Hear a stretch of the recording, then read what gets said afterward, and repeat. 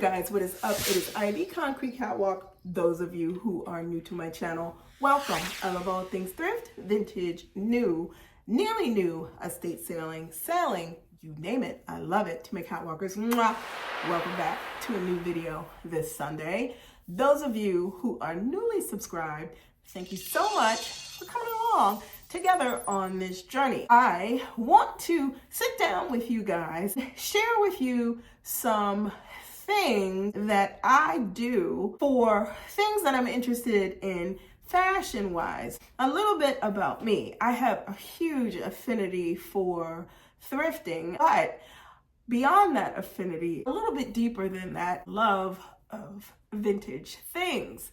I do tend to focus on things that have an extreme history, things that I select. I like things to have a little bit of wear and tear to them, because to me that shows that it has been well loved by the previous owner. Looking for vintage pieces, as you all know, especially if you have a love of vintage, it can be a little bit tricky. We'll get into that a little bit more once I get past some of these things that I want to share with you as to how I go about making the decision of what I'm going to be putting on my hit list of things that I am interested in, perhaps potentially picking up. Jumping right into this, the first is a coat picked up out of Zara. I like the look that this presents. This is a 3/4 length, I would consider a car coat, and then underneath is a hoodie that has been attached. Now stand up so that you can see it in its full. This coat is a size medium, and I'll insert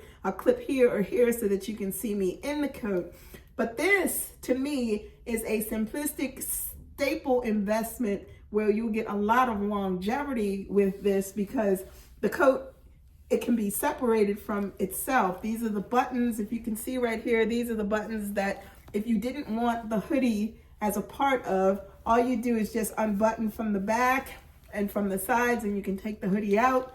And the cuffs on this also can come out. You can wear this coat if you were gonna go to work. So if you needed to simplify this and turn this into a straight, simplistic black work coat, you could with no problem. Cannot wait to wear this as the weather starts to get a little bit colder. And this coat rang in at $109. Okay, next piece. It was one of those pieces where I knew that I wanted helmet laying piece. I knew I wanted a vintage helmet laying piece. I just didn't know what that was yet and decided upon, if it's gonna be vintage helmet laying, I'd like to invest in one of Helmet Laying's jackets. I found myself on eBay and I came across this Helmet Laying nylon jacket. What I love about this is the simplicity of it, just like this black coat here. Interior label is Helmet Laying. This is a vintage coat that did not get a lot of wear by the owner. It will never go out of style. An essential, done the way only Helmet Laying could do this. When I searched this jacket out, there were other offerings from other collections, but as you know, the further you go back with Helmet Laying collections, the more expensive these jackets can get. And I was so excited when I got this for right under $100 on a buy it now. I have worn this already, and I'll show a snippet here or here of me in the jacket. But this is something that I just absolutely knew as far as Helmet Laying pieces. It was a piece that I wanted to add into my collection. So if you're interested in Helmet Laying vintage past collections, eBay is a great place to go and to look for things like this. Okay, I am a big fan of fragrances. TJ Maxx, Home Goods, Marshalls, that whole triage of stores, the ability to find some really interesting things if you take your time and you look. I've always been a fan of the Taka fragrances. This is the Taka Gioletta fragrance. It is a small bottle, and that's exactly what I was going for, because Taka fragrances tend to linger, and it's not like you need a big bottle of this in order to get the point across. I picked this up at TJ Maxx for all of $9.99. Well spent. Next thing, in the fragrance department, Urban Outfitters. I'll admit, I made a snafu with purchasing this because what I didn't pay attention to, this was not an eau de perfume. This is an eau de toilette, and I'm not a fan of eau de toilette. Once I got this home, because I'd sprayed this a couple times and I was wondering why wasn't this lingering, I picked up the Cell Ocean, and I'll hold it in case you're interested in it. I did not pick up the smaller bottle, which was the eau de perfume. I just figured, okay, it's just a bigger version of what you're getting in the smaller bottle, and that was not the case. And this rang in at $24.99. So I will say, it smells magnificent. When you spray it on initially, its aroma is just so subtle and it's very sensual. And I wished that I would have gotten the perfume. I think it would hold on a lot longer than what the eau de toilette does. It doesn't mean that I don't like it, but I can live with this. For $24.99, you know, you live and you learn. Next thing that I want to share with you is a purchase that I made on The Real Real. I've been a big fan of Stella McCartney and picked up some of the Stella McCartney wedge shoes. You can go back and you can take a look at that video if you're interested in those Stella McCartney wedge heeled loafers. But I happen to be on The Real Real and something caught my eye. The Falabella bag is a bag that I always looked at with a little bit of questions. I've always liked the bag, but then I wasn't sure about it. The Falabella bag I had been interested in on and off. One, what drew me to it is the hardware on the bag. I actually like the hardware, but I was on the fence about if I wanted to make that kind of investment for a bag that was not leather. Doesn't mean I didn't like it. It's just I had questions about durability and some other things. Well, I happened to be on The Real Real and I came across the Falabella bag that I was interested in. So I decided and I'm going to make this purchase. So it's in her dust bag. You guys, without holding this up, I'm going to show you what I ended up getting. This large Falabella handbag in the most luscious knitted tweed, and I'll call these pom-poms. When I saw this, I knew I wanted this bag. I'm going to hold this so that you can see the hardware, see the chains with the bag. I'm going to open this up. This bag was authenticated by The Real Real, as you can see. And I'm going to show you the open interior of the bag. Now this bag is very spacious. There is a knitted inside lining that has Stella McCartney name throughout. There's also an interior zip pocket with this. And when I saw this bag, I actually looked at this bag a couple times and I put it in my cart a couple times because I was not sure about if I wanted to get this bag or not. And I don't know if you can see, but there's also a tweed, I call it a rosette with pom-poms hanging from it too. I'm gonna stand up so that you guys can see the bag. But I fell in love with this. I fell in love with this because it's just such a beautiful piece and it is very, very heavy. Another part why I got this style of the Falabella, it was unique.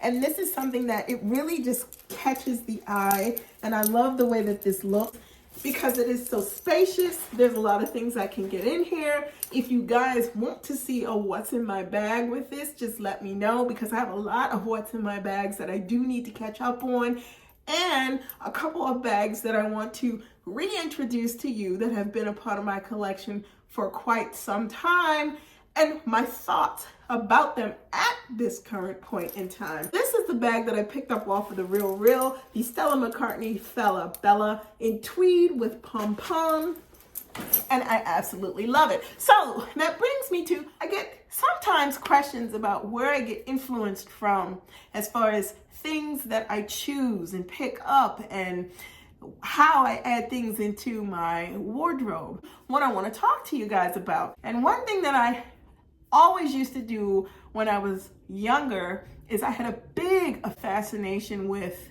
magazines. Fader, whether it be Vogue, British Vogue, Lucky magazine, Marie Claire, all those magazines that some exist today, others unfortunately are now defunct and don't.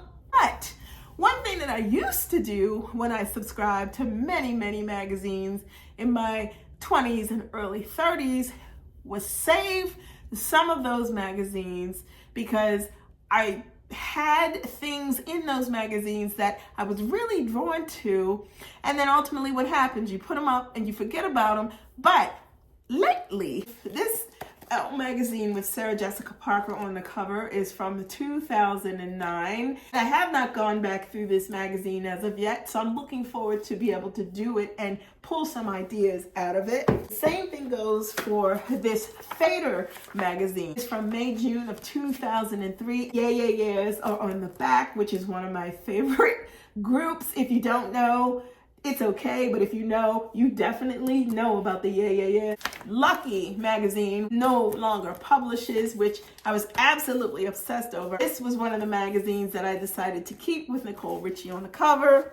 And lastly, British Vogue ranks up there with American Vogue. It is a Bible when it comes down to all of the things you could possibly want that are fashion forward and related. This magazine with Kate Moss on the cover is from April of 2010. So that brings me to my tip to you guys. You happen to have, or you happen to be out and you come across older fashion magazines. Older fashion magazines are a gold mine for inspiration to things that you may be thinking about or things that you may be considering if you're interested in vintage past collections. I always go back in and I look at the older magazines that I have, or I will go and if I'm out thrifting and I come across a vintage Vogue magazine or a vintage whatever magazine from the 90s or the early 2000s, I will pick it up because that is inspiration for me, and it gives me an idea as far as what time frame of a particular line that I need to be targeting, if it's Helmut Lang, if it's Chanel, if it's something else, so that I can go in informed. Plus older collections that you might be interested in, whether it be shoes, bags, whatever. I always say it's a great way to save money if you're interested in finding authentic pieces that are not going to break the bank. If you're looking for ideas or inspirations and you don't know, or you're stuck in somewhat of a tunnel, not exactly sure which way you want to go with what you want your style to say, reflect, pick up some older magazines and see what it is that is in those magazines that could potentially interest you, and then you go forward and you look for those things on PRELOVED or on eBay, and you'll build yourself a beautiful wardrobe based upon things that are truly you. So you guys, there you have it. If you have any questions about any things that I showed you, if you want to see a what's in my bag with the Stella McCartney Falabella bag, let me know in the comments below your thoughts. If you do not want to miss out, you know what to do. Like, comment, and subscribe to my channel. I post videos every Sunday, so tap that and you'll receive notifications each time I post a new video. Links to my socials will be listed in the description box below. You can head on over to Poshmark. You can check out my closet. I am Concrete Catwalk on Poshmark. If you see anything that you're interested in there, you feel free to leave me a message, or you can always head on over to Instagram. I am the Catwalks Concrete on IG. Feel free to DM me there as well. Thank you so much for stopping by this week. Be safe. See you all next Sunday. Bye for now. 0, 1, 2, 3. Let's get started.